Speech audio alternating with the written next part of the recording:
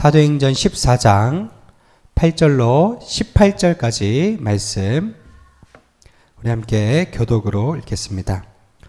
루스드라에 발을 쓰지 못하는 한 사람이 앉아 있는데 나면서 걷지 못하게 되어 걸어본 적이 없는 자라. 바울이 말하는 것을 듣거늘 바울이 주목하여 구원받을 만한 믿음이 그에게 있는 것을 보고 큰 소리로 이르되 내 발로 바로 일어서라 하니 그 사람이 일어나 걷는지라. 무리가 바울이 한 일을 보고 루가오니아 방언으로 소리질러 이르되 신들이 사람의 형상으로 우리 가운데 내려오셨다 하여. 바나바는 제우스라 하고 바울은 그 중에 말하는 자이므로 헤르메스라 하더라. 시외 제우스 신당회 제사장이 소와 화환들을 가지고 대문 앞에 와서 무리와 함께 제사하고자 하니 두 사도 바나바와 바울이 듣고 옷을 찢고 무리 가운데 뛰어 들어가서 소리질러 이르되 여러분이여 어찌하여 이러한 일을 하느냐. 우리도 여러분과 같은 성정을 가진 사람이라. 여러분에게 복음을 전하는 것은 이런 헛된 일을 버리고 천지와 바다와 그 가운데 만물을 지으시고 살아계신 하나님께로 돌아오게 함이라. 하나님이 지나간 세대에는 모든 민족으로 자기들의 길들을 가게 방임하셨으나 그러나 자기를 증언하지 아니하신 것이 아니니 곧 여러분에게 하늘로부터 비를 내리시며 결시기를 주시는 선한 일을 하사 음식과 기쁨으로 여러분의 마음에 만족하게 하셨느니라 하고. 이렇게 말하여 겨우 무리를 말려 자기들에게 제사를 못하게 하니라. 아멘. 오늘 말씀의 제목은 주목하는 믿음입니다. 이제 안디옥 교회에서 바나바와 바울을 선교사로 파송했습니다. 이제 바나바와 바울은 1차 선교 여행을 시작하는데요. 첫 번째로 갔던 곳이 이제 사이프러스 섬, 바나바의 고향이었죠. 그리고 비시디아 안디옥으로 가서 복음을 증거하고 또 이고니온에 가서는 복음 증거하다가 돌에 맞아 죽을 뻔했습니다.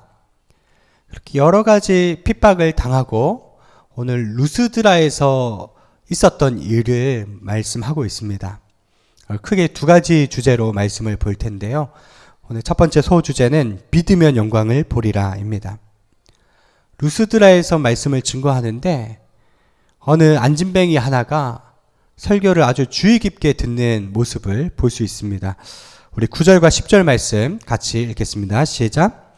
바울이 말하는 것을 듣거늘 바울이 주목하여 구원받을 만한 믿음이 그에게 있는 것을 보고 큰 소리로 이르되 내 발로 바로 일어서라 하니 그 사람이 일어나 걷는지라. 기적이 어떻게 일어났느냐? 오늘 이 말씀의 세 가지 동사를 주목해 보세요. 바울이 그 사람을 주목하고 기적은 바라보면서 일어나고요. 바울이 구원받을 만한 믿음이 그에게 있는 것을 보았고 보는 것이고요. 내 발로 일어서라 외쳤더니 일어나 걸었다 하는 거예요. 이 세 가지를 잘 기억하시기를 바랍니다. 중요한 비밀이 있는 거예요. 첫 번째가 바라봄의 법칙입니다. 여러분 하나님을 주목하시고 예수님을 주목하시길 바랍니다. 주목해서 관심 있게 보면 기적이 일어나요. 여러분 하나님을 보다가 안 보다 하지 않게 되길 바랍니다. 성경을 보다가 안 보다 하지 않게 되기를 바랍니다. 큐티를 하다가 안 하다 하지 않게 되길 바랍니다. 지속적으로 집중해서 하나님을 바라보면 하나님은 그 성실함을 보시고 역사를 일으켜 주시는 거예요. 자, 두 번째, 바울이 그 사람 안에 구원받을 만한 믿음이 있는 것을 보았다라고 돼 있죠. 이제 이 사람은 바울의 설교를 들으러 왔어요. 설교를 듣는데 아주 그 말씀 안에 빨려 들어갈 듯이 집중하는 것입니다. 그리고 마음이 뜨거워지기 시작했던 거죠. 똑같은 설교라도 어떤 사람은 졸면서 듣고 어떤 사람은 아주 집중해서 말씀을 듣는 거죠. 사도행전에 유두고라고 하는 청년이 이제 바울이 설교할 때 3층 난간에 앉아서 듣다가 졸면서 거기서 떨어져 죽는 일이 있죠. 그런 말씀을 어떤 사람은 졸면서 듣지만 어떤 사람 집중해서 듣는 거예요. 여러분, 말씀의 역사는 들음에서 나는 줄 믿습니다. 오늘 주보 안에 요한복음 5장 25절 듣는 자는 살아나리라.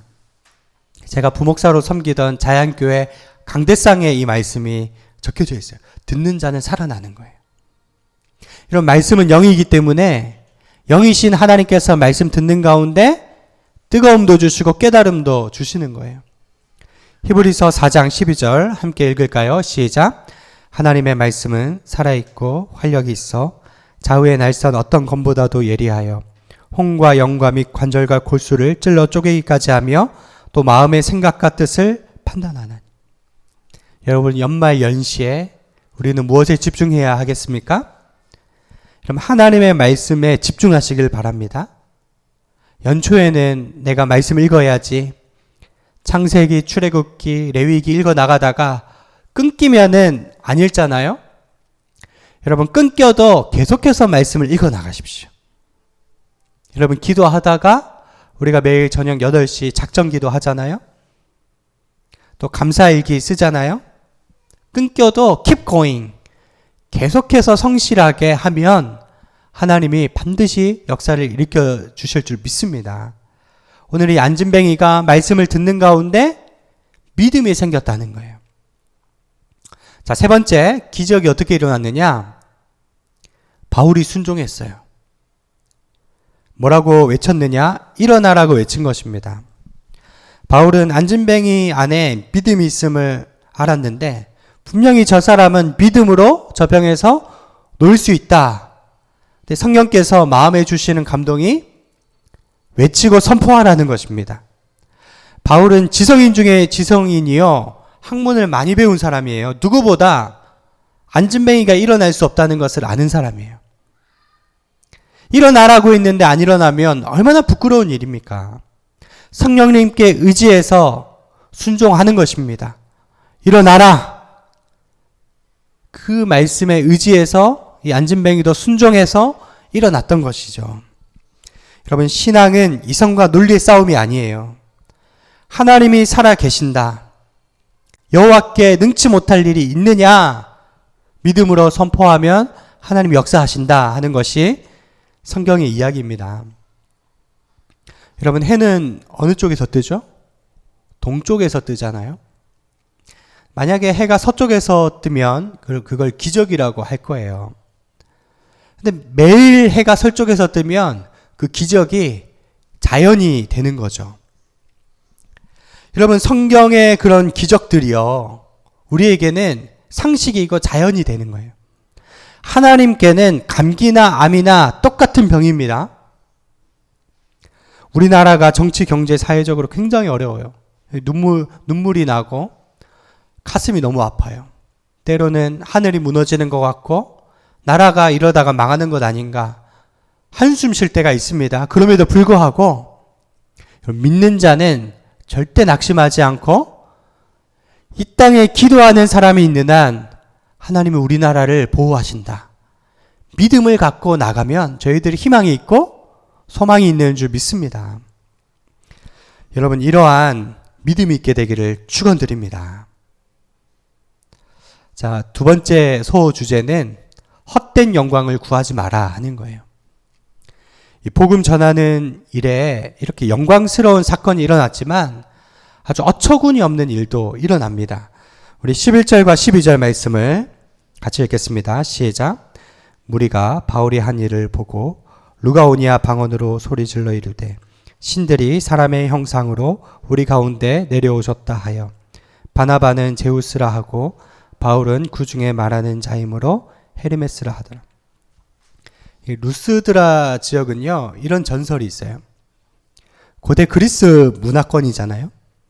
그러니까 주로 그 사람들이 섬겼던 것이 로마 신화에 나오는 제우스와 헤르메스 같은 신이었습니다. 헤르메스는 머큐리 신이죠. 근데 제우스와 헤르메스가 어느 날 유의를 즐기려고 루스드라 지방에 내려온 거예요. 근데 루스드라 사람들이 제우스를 알아보지 못하고 조롱을 했나 봐요. 무시를 했나 봐요.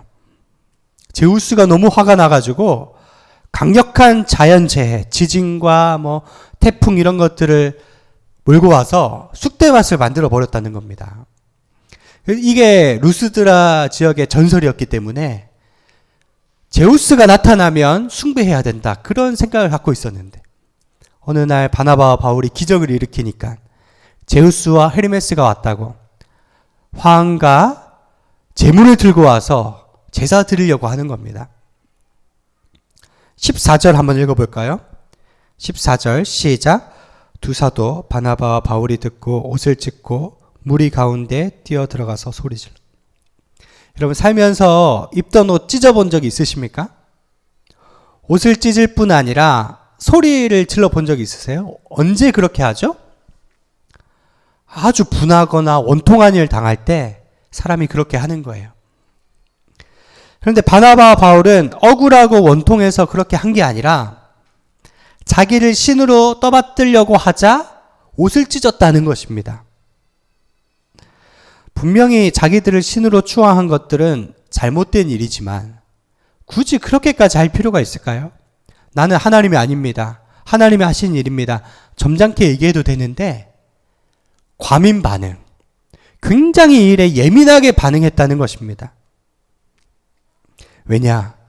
하나님이 받으셔야 할 영광인데 사람이 그 영광을 취할 경우에 치명적인 범죄가 되기 때문이에요. 여러분, 이것이 우리에게 적용할 말씀입니다.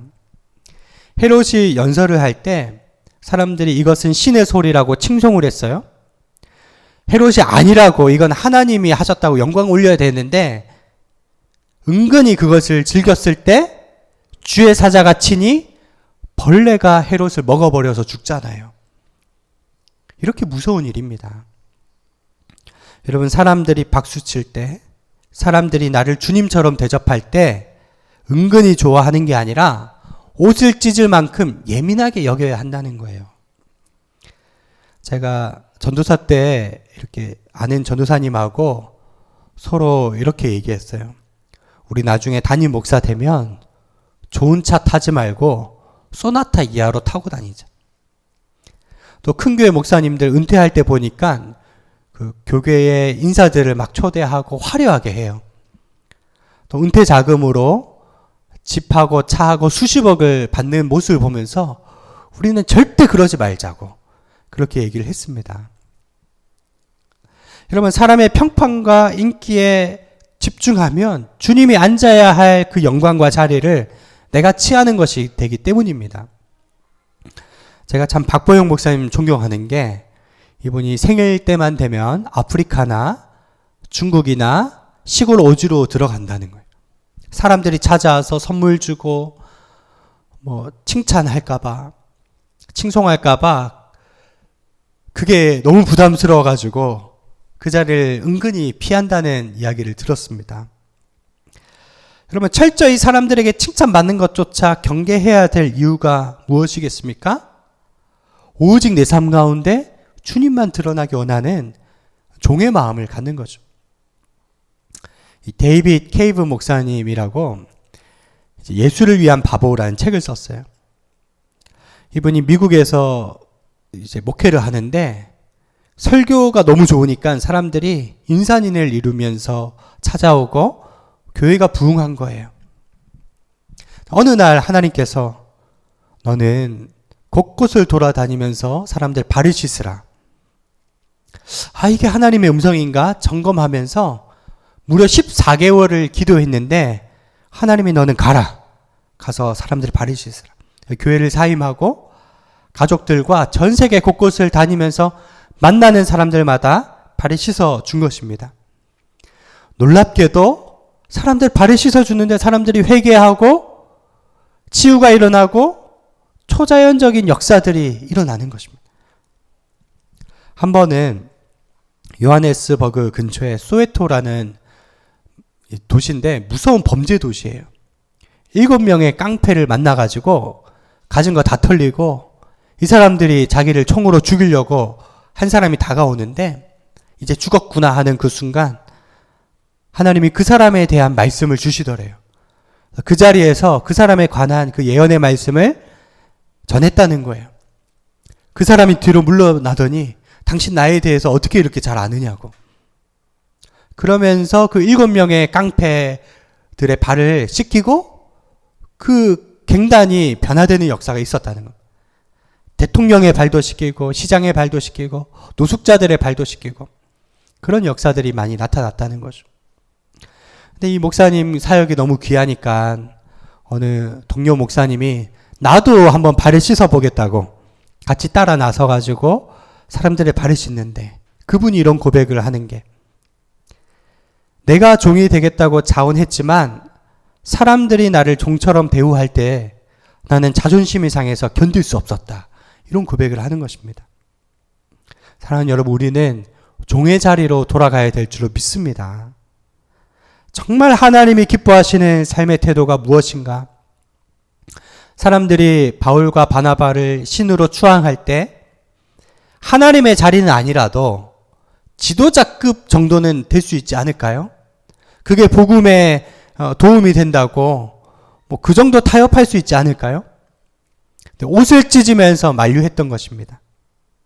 만약에 바나바와 바울이 사람의 평판에 신경을 썼다면 끝까지 사역을 못했을 거예요. 중간에 무너졌을 거예요.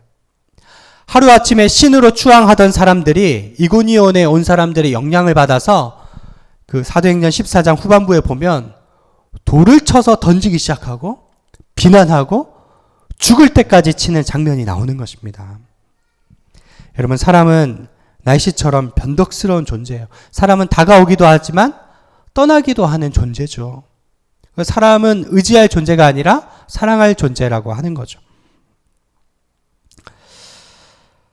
여러분, 바울은 하나님을 바라본 것입니다.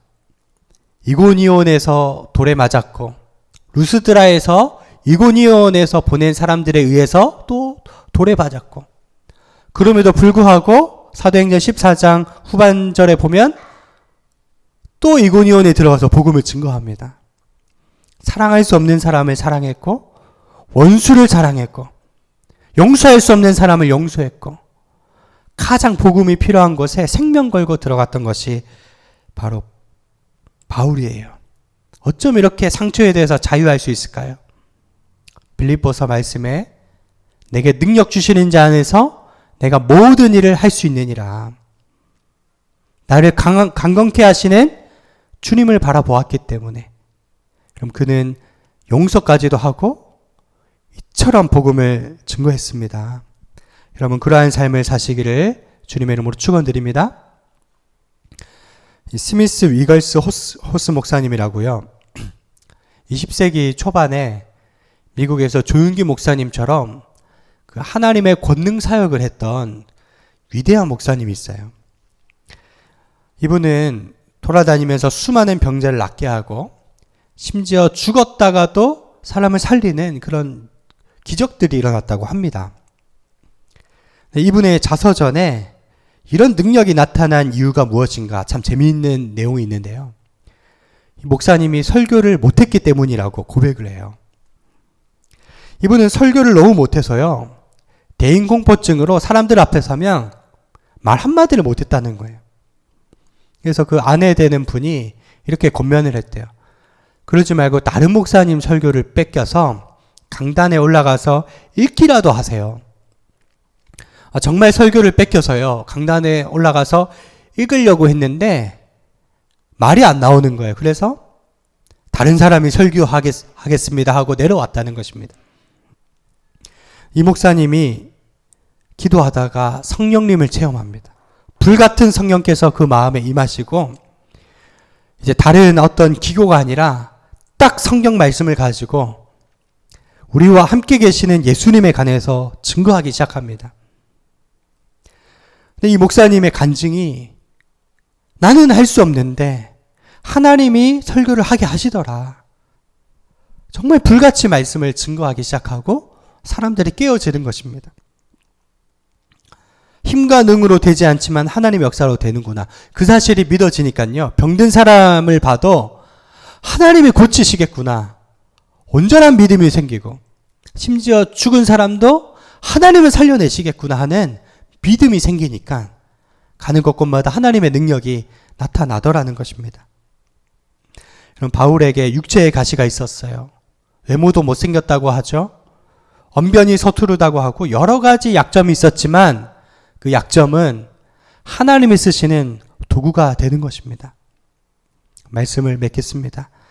때론 우리의 삶이 힘들고 어려울지라도 정말 하나님을 주목하신다면 주님 주시는 힘으로 그 모든 장애물들을 뛰어넘게 하실 줄로 믿습니다. 오늘 그 하나님 바라보시고 안진뱅이를 일으키셨던 하나님, 우리의 모든 불가능들을 가능케 하시는 하나님의 역사를 체험하시는 성도님들 되시기를 주님의 이름으로 축원드립니다. 기도합니다. 하나님 아버지, 주님 주시는 능력으로 일어나게 하소서. 유혹도 핍박도 병드는 것도 실패도 죽음도 초월하여 예수님으로 죽고 예수님으로 사는 저희들 되게 하옵소서. 예수님의 이름으로 기도드리옵나이다.